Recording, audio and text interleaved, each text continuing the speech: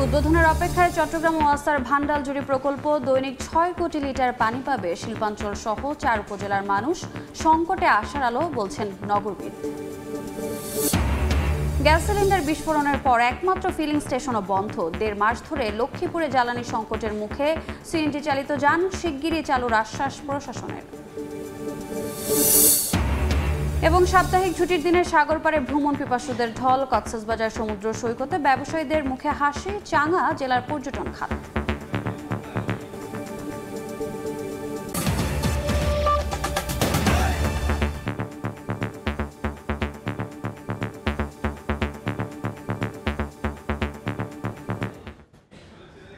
আমন্ত্রণ সময় সংবাদের নিয়মিত আয়োজন বিভাগীয় সময়ে। থাকছি সপ্তাহের 7 দিন ভিন্ন ভিন্ন বিভাগের সংবাদ নিয়ে। আজ থাকছে চট্টগ্রাম বিভাগ, সঙ্গে আছি আমি রোজা চৌধুরী। শেখ মুজিবের বাকশাল আর শেখ হাসিনার আওয়ামী লীগে দেশের মানুষ আর দেখতে চায় না বলে মন্তব্য করেছেন অন্তর্বর্তী সরকারের উপদেষ্টা মাহফুজ আলম। দুপুরে চাঁদপুরের হাজীগঞ্জে পথসভায় একথা বলেন তিনি। আমরা শেখ মুজিব শেখ হাসিনার শাসন আর বাংলাদেশে চাই না। আওয়ামী লীগের সেই ফ্যাসিবাদী ব্যবস্থা আর চাই না। আমরা চাই বাংলাদেশ বঞ্চিতের হাতে থাকবে। বাংলাদেশে দিল্লি বঞ্চিতের কোনো স্থান আর হবে না। নির্বিশেষে যত রাজনৈতিক দল আছে, ছাত্র সংগঠন আছে, ছাত্ররা আছে, শ্রমিক, নারী, আলেম ওলামা আছেন, সবাই যারা বাংলাদেশ বঞ্চিত তারাই বাংলাদেশে সুষ্ঠু নির্বাচন প্রক্রিয়ার মধ্য দিয়ে তারা পজিটিভ একটি কম্পিটিশনের ভিতর দিয়ে বাংলাদেশের শাসন প্রতিষ্ঠা করবেন। লক্ষ্মীপুরের রামগঞ্জ সরকারি কলেজ মাঠে অন্তর্বর্তী সরকারের উপদেষ্টা মাহফুজ আলমকে নাগরিক সংবর্ধনার আয়োজন করা হয়েছে। এই মুহূর্তে সেখানে আছেন রিপোর্টার ফারুক আহমেদ। সরাসরি যাচ্ছি তার কাছে।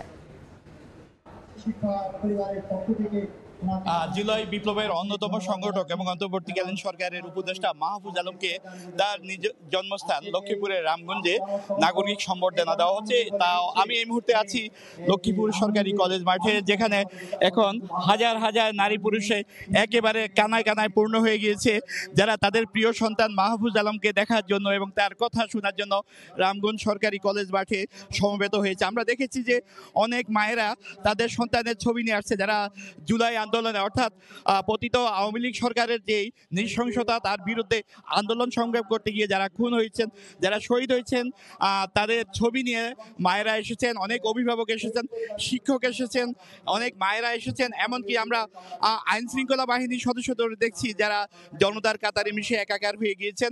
এবং রামগঞ্জ সরকারি কলেজ মাঠটি মূলত মাহফুজ আলমের পৈতৃক বাড়ি। এখানে এই উপজেলার ইসাপুরা নামে একটি গ্রাম আছে, সেখানে তার জন্ম। এবং 7 ভাই বোনের মধ্যে মাহফুজ পরিবারের দ্বিতীয় সন্তান এবং তার বাবা বাচ্চু মোল্লা একজন সাধারণ মানুষ এবং খুব রাজনীতি সচেতন পরিবারে বেড়ে ওঠা মাহফুজ আলমকে আসলে রামগঞ্জের মানুষজন পেয়ে বেশ উচ্ছ্বসিত এবং তারা বেশ আনন্দিত। এবং মাহফুজ আলমের কাছ থেকে তারা কিছু কথাও শুনতে চায় এবং স্থানীয় লোকজনের সঙ্গে কথা বলেছি, তারা জানিয়েছেন যে এই রামগঞ্জের মানুষজনের কিছু দাবি আছে। যেমনটি এখন সরকারের উপদেষ্টা তিনি, যে কারণে তার কাছে গুরুত্বপূর্ণ দুটি দাবি হলো এখানে একটি রেল স্টেশন স্থাপন করা, একই সঙ্গে আরও বেশ কিছু গুরুত্বপূর্ণ দাবি আছে এবং গ্যাস সংযোগ, অর্থাৎ পাশের উপজেলা চাটখিল লক্ষ্মীপুর সদর চাঁদপুরের সারাস্তি হাজীগঞ্জে গ্যাস সংযোগ থাকতে কিন্তু রামগঞ্জে লাইনের গ্যাস নেই, যে কারণে এখানকার মানুষজন একটি রেল স্টেশন এবং গ্যাস সংযোগের জন্য তারা মাহফুজ আলমের কাছে দাবি জানাবেন, কারণ তিনি সরকারের একজন গুরুত্বপূর্ণ উপদেষ্টা। যে কারণে এখন মানুষজন অপেক্ষায় আছে তাদের সেই প্রিয় সন্তান কখন এই সমাবেশে তারা সমবেত হবে।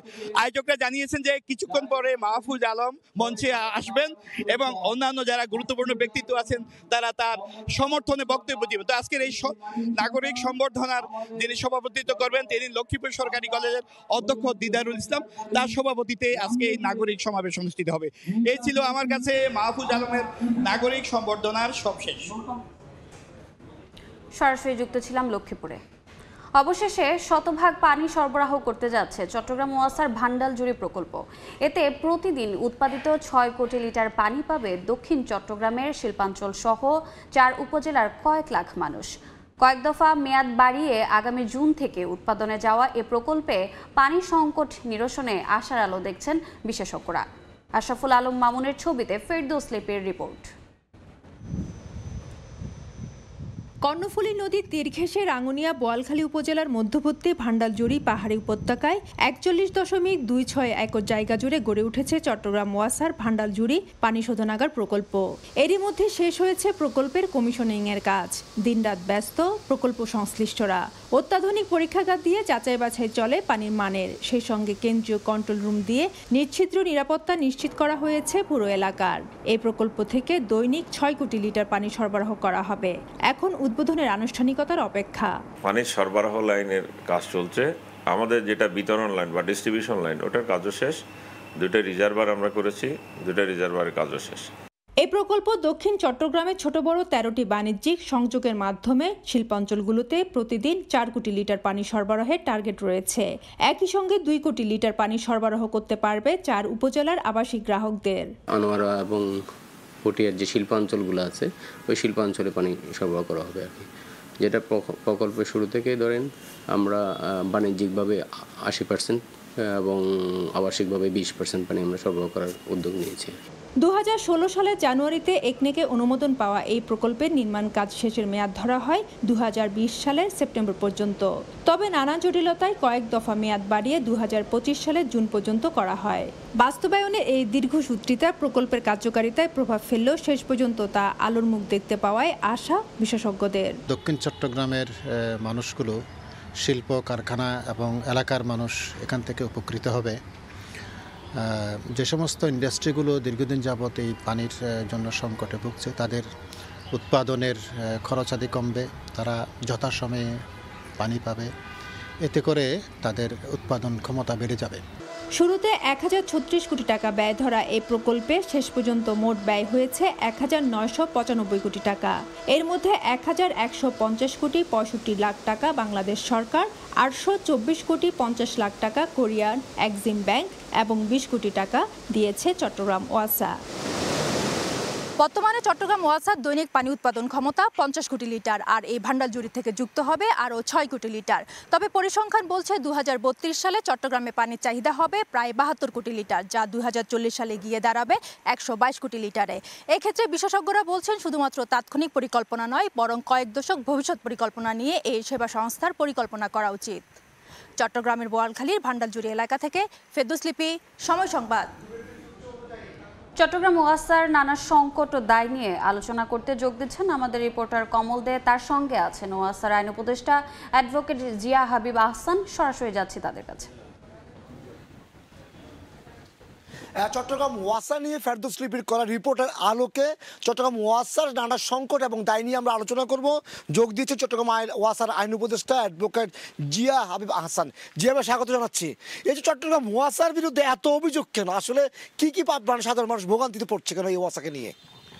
ওয়াসা তো চট্টগ্রামে এটা অনেক বড় কর্মযজ্ঞ তারা সম্পাদন করছে।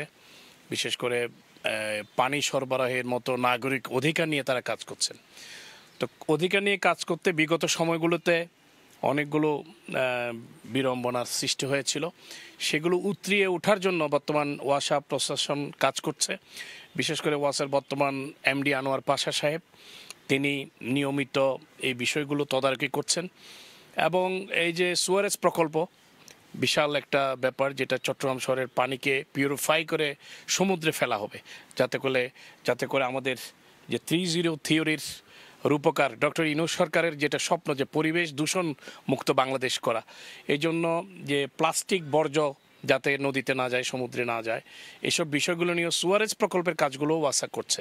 তার সাথে ভান্ডারজুড়ি প্রকল্প, চট্টগ্রামে যে পানির যে সংকট, সুপেয় পানির সংকট, সেটা নিরসনের জন্য ওয়াসা বিশাল প্রকল্প ভান্ডারজুড়ি প্রকল্প। চট্টগ্রামের দক্ষিণ পাশে নগরায়নের যে সম্ভাবনা, উজ্জ্বল সম্ভাবনা, এটা সুপেয় পানির অভাবে এতদিন বন্ধ ছিল। আপনি একটা কর্ণফুলী হাউজিং এর সহসভাপতি, গত 33 বছর আপনার পানি না পাওয়ার কারণে সে হাউজিং করতে পারেন নাই, তাহলে ভান্ডারজুড়ি পানি পাওয়ার কি কোনো সম্ভাবনা আছে?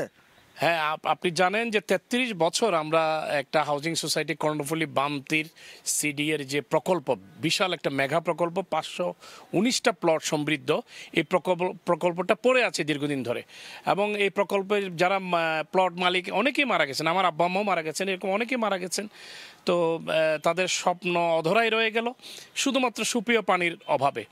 তো এই প্লটের মালিকদের তো পানি পাওয়াটা তাদের অধিকার, এই অধিকার নিয়ে দীর্ঘদিন তারা বিড়ম্বনার শিকার। তখন ওয়াসার সেখানে পানি ছিল না, এখন ভান্ডারজুড়ি থেকে তো পানি একেবারে আপনার কর্ণফুলী সিউফেল পর্যন্ত পানির জন্য ওয়াসা তাদেরকে দাওয়াত দিচ্ছে যে তোমরা পানি নাও, তোমাদের জন্য সুপেয় পানির ব্যবস্থা করা হয়েছে, তোমরা ভূগর্ভস্থ পানি নিয়ে এই আমাদেরকে পানি শূন্য করো না, তোমরা ওয়াসার যে সুপেয় পানি এটা পর্যাপ্ত পানি আমাদের আছে, তোমরা এটা নাও। কিন্তু দেখা গেছে যে অনেকেই ডিপ টিউবওয়েল বসিয়ে পানি নিচ্ছে, এটা অনীহা প্রকাশ করছে। তো আমি মনে করি এদেরকে আইনের আওতায় আনা দরকার, যাতে করে তারা ওয়াসার পানি ব্যবহার করে। কিন্তু যে ভান্ডারজুড়ি প্রকল্পের কথা বলছে সেটি কিন্তু সময় বাড়ানোর কারণে ব্যয়ও বেড়েছে, এই ওয়াসার কাজগুলো দীর্ঘসূত্রিত হচ্ছে কেন? এটার অন্যতম কারণ হচ্ছে সমন্বয়হীনতা। বিগত সময়গুলোতে দেখা গেছে বিভিন্ন কারণে ওয়াসার প্রকল্পগুলো বাধাগ্রস্ত হয়েছে, মামলা মোকদ্দমা এগুলোর কারণে। তো এখন ভান্ডারজুড়ি প্রকল্প সমস্ত প্রতিবন্ধকতা অতিক্রম করে পানি এসে গেছে, অলরেডি ট্রায়াল হয়েছে, এবং আমাদের চট্টগ্রাম উন্নয়ন কর্তৃপক্ষের বর্তমান যে চেয়ারম্যান ইঞ্জিনিয়ার নুরুল করিম সাহেব, তিনি এবং ওয়াসার এমডি আনোয়ার পাশা সাহেব, ওনারা দুজনেই একমত হয়েছেন যে ওই পারে পানি তারা সিডিআর হাউজিং সোসাইটিতে পানি দেবে, কারণ এটা পানি তারা পাইতে আইনত তারা অধিকারী। এই দীর্ঘদিন তাদেরকে পানি থেকে বঞ্চিত রাখা হয়েছে, এই জন্য সেখানে পানি কিভাবে দেওয়া যায়, ওয়াসার যে একটা ডিমান্ড আছে সেই ডিমান্ডটাকে আনোয়ার পাশা সাহেব বলেছেন আমি এটাকে আবার রিভাইজ করব যাতে করে এটা কমানো যায়, এবং সিডিও একমত হয়েছে তারা যদি এটা রিভাইজ করে কম মূল্যে যদি পানি সরবরাহের ব্যবস্থা করে তাহলে ওয়াসাও রাজস্ব পাবে এবং সিডিও সেই পারে নদী শহরটা এক্সপান্ড হবে। আমি একটা কথা বলে, আমাদের এখন পানি উৎস কিন্তু ওয়াসার হালদা নদী এবং কর্ণফুলী নদী, এই দুটি নদী যদি সংকটে পড়ে তাহলে কিন্তু পানির সংকটে পড়বে, তাহলে ওয়াসা কেন কোনো দীর্ঘমেয়াদী প্রকল্পে যাচ্ছে না? আপনি তো আইন উপদেষ্টা, আপনি এমডিকে সেটা বলবেন কিনা? জি, আমরা যেহেতু আপাতত ভান্ডারজুড়ি প্রকল্পের পানি দিয়ে আমাদের সমস্যার সমাধান হচ্ছে, বিশেষ করে হালদার পানি দিয়ে এবং মিঠা পানি আর কর্ণফুলীর পানি দিয়ে, আমাদেরকে নদীগুলো দূষণমুক্ত রাখার জন্য সবসময় সচেষ্ট থাকতে হবে। এই জন্য শুধু ওয়াসা নয়, নাগরিকদেরকেও ভূমিকা রাখতে হবে এবং অন্যান্য প্রশাসন যারা আছে তাদেরকেও ভূমিকা রাখতে হবে। আর ওয়াসা তো বড় ধরনের একটা পরিকল্পনা তারা অবশ্যই চিন্তা ভাবনা করছে, যাতে করে আগামীতে পানির যে চাহিদা দ্রুত বাড়ছে সেটা কিভাবে সেটা জনগণের জন্য করা যায়, এটা সার্ভাইভ করা যায়, সেজন্য ওয়াসার চিন্তা ভাবনা অবশ্যই করছে।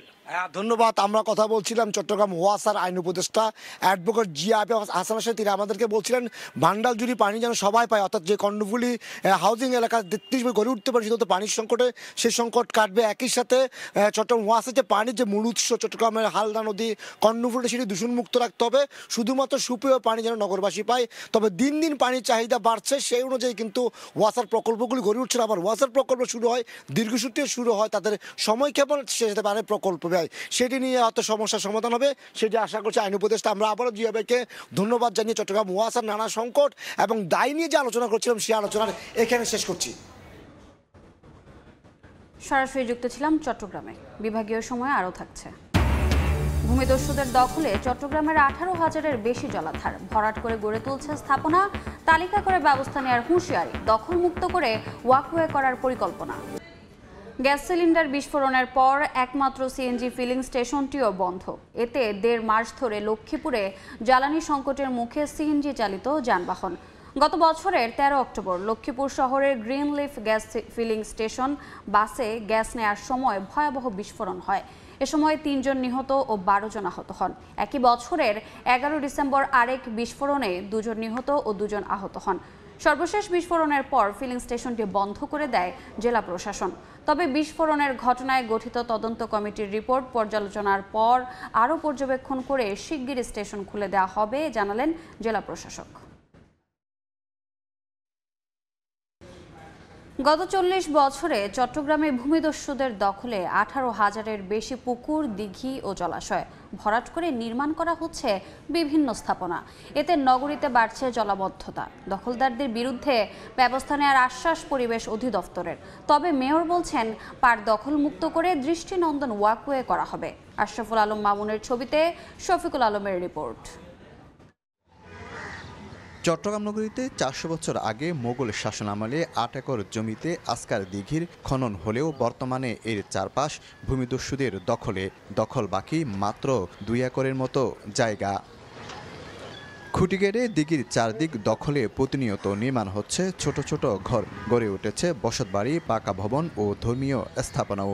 যতদিন যাচ্ছে মনে হচ্ছে যে পুকুরটা ভরাট হচ্ছে আস্তে আস্তে। ওয়াশরুমের যে সব পানি আছে সব এটাতে পড়তেছে। 200 বছরের পুরনো বলুয়ার দিঘির অবস্থা আরও নাজুক। জলাশয়টির মাঝখানে নির্মাণ করা হয়েছে বসতি, চারপাশে চলছে দখলদারদের নির্মাণ কাজ। এতে পানি চলাচল ও সংরক্ষণের অভাবে বাড়ছে জলাবদ্ধতা। তাদেরকে রাষ্ট্র ওয়াচডগের দায়িত্ব দিয়েছে, তারাই যদি চুরি করে, তারাই যদি দুর্নীতিবাজদের সাথে শেয়ারিংয়ে চলে যায়, তাহলে ভালো কিছু আশা করতেই করবেন। সেটাই ঘটেছে এখানে। আইন অনুযায়ী আমরা যেখানেই এরকম পাচ্ছি আমাদের পরিদর্শনে বা এতে আমরা মামলা করে দিচ্ছি। গত 40 বছরে চট্টগ্রামে হারিয়ে গেছে 18,000 পুকুর, দিঘি ও জলাশয়। প্রতি বছর কমছে 10% করে। আগ্রাবাদের ঢাবারপাড়া, বেলুয়ার দিকে এগুলো কিন্তু আমরা ওয়াকওয়ে করে দিতে চাই এবং সেখানে তার দৃষ্টিনন্দন বাচ্চাদের পার্ক সহ সিটিং প্লেস আমরা করতে চাই। জলাধার সংরক্ষণ আইন 2000 অনুযায়ী কোনো পুকুর, জলাশয়, নদী, খাল ভরাট করলে 5 বছরের কারাদণ্ডের বিধান রয়েছে। ফসলি জমি ফেটে চৌচির চাঁদপুরের সেচ প্রকল্পে পানি সরবরাহ বন্ধ থাকায় চাষাবাদ ব্যাহত, খাল ও বাঁধের সংস্কার করায় দুর্ভোগে কৃষক। ফেনীতে ভয়াবহ বন্যায় আমনের ক্ষতি পোষাতে লক্ষ্যমাত্রার চেয়ে বেশি জমিতে সবজি আবাদ করেন কৃষক। তবে সবজির ন্যায্য মূল্য না পেয়ে দ্বিতীয় দফায় পড়েছেন লোকসানের মুখে। গত 20 আগস্ট ফেনীর উজানে ভারতের ত্রিপুরা থেকে আসা পাহাড়ি ঢলে তলিয়ে যায় জেলার বিস্তৃত এলাকা। তবে ক্ষতি থেকে ঘুরে দাঁড়াতে বন্যার 2 মাস পরই ব্যাপক উৎসাহ উদ্দীপনা নিয়ে মাঠে নামেন কৃষক। সার, বীজ ও শ্রমিকের মজুরি বেশি দিয়ে সবজি আবাদ করেন তারা। তবে মিলছে না কাঙ্ক্ষিত দাম।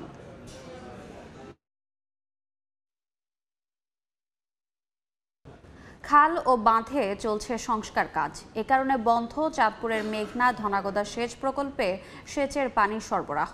চলতি ধান আবাদের মৌসুমে চাঁদপুরের মেঘনা ধনাগদা সেচ প্রকল্পের আওতাধীন এলাকাগুলোতে ইরি ও বোরো ধান রোপণ করার কথা ছিল। পাশাপাশি অনেকে চাষ করতেন রবি শস্য। সেচ মৌসুমের শুরুতে জমিতে পানি না পাওয়ায় কৃষক আর্থিকভাবে ক্ষতিগ্রস্ত হয়েছেন বলে মন্তব্য কৃষক নেতাদের। সাপ্তাহিক ছুটির দিনে কক্সবাজার সাগর পাড়ে পর্যটকের ঢল নেমেছে। এতে হাসি ফুটেছে ব্যবসায়ীদের মুখে। সমুদ্র সৈকতের 3 কিলোমিটার এলাকা জুড়ে নেই তিল ধারণের ঠাঁই। কেউ এসেছেন পরিবার নিয়ে, কারোর সঙ্গী বন্ধু বান্ধব। সাগরের নীল জলরাশি আর বিস্তৃত বালিয়াড়ি সৈকতের সবখানে উচ্ছ্বাসের ঢেউ। জনতার ঢলকে পুঁজি করে হোটেল কক্ষের ভাড়া সহ রেস্তোরাঁয় খাবার ও যানবাহনের অতিরিক্ত দাম আদায়ের অভিযোগ পর্যটকদের। এবার জেনে নেব চট্টগ্রাম বিভাগের গত সপ্তাহের আলোচিত ঘটনা। 19 জানুয়ারি সকালে চট্টগ্রাম আদালত পরিদর্শনে যান প্রধান বিচারপতি ডক্টর সৈয়দ রেফাত আহমেদ। এরপর বিচার প্রার্থীদের বসার স্থান, ন্যায়কুঞ্জ ও বিচারালয় ঘুরে দেখেন প্রধান বিচারপতি। কথা বলেন আইনজীবী সমিতি ও বিচার বিভাগের কর্মকর্তাদের সঙ্গে। জানান, বিচার বিভাগ সংস্কারে যে উদ্যোগ নেওয়া হয়েছে তারই পরিপ্রেক্ষিতে সংশ্লিষ্টদের সাথে আলাপ আলোচনা করা হবে। প্রধান বিচারপতির কাছে চট্টগ্রাম আদালতের বিভিন্ন সমস্যার কথা তুলে গোপন সংবাদের ভিত্তিতে 24 জানুয়ারি কক্সবাজারের টেকনাফের গহীন পাহাড়ে অভিযান চালায় পুলিশ। এই সময় তাদের উপস্থিতি টের পেয়ে 10 থেকে 15 জন সন্ত্রাসী পালিয়ে গেলেও 2 জনকে আটক করা হয়। পরে সেখানকার গোপন একটি কক্ষ থেকে শিশুসহ 15 জনকে উদ্ধার করা হয়। এর মধ্যে 5 জন বাংলাদেশি নাগরিক এবং 10 জন রোহিঙ্গা বলে জানিয়েছে পুলিশ। বিভাগীয় সময়ের শীর্ষ সংবাদগুলো জানিয়ে দিচ্ছি আরেকবার। উদ্বোধনের অপেক্ষায় চট্টগ্রাম ওয়াসার ভান্ডাল জুড়ে প্রকল্প। দৈনিক 6 কোটি লিটার পানি পাবে শিল্পাঞ্চল সহ 4 উপজেলার মানুষ। সংকটে আশার আলো বলছেন নগরবিদ। এ ছিল বিভাগীয় সময়ে। আগামীকাল থাকবো সিলেট ও ময়মনসিংহ বিভাগের আয়োজন নিয়ে। সঙ্গে থাকুন সময়ের।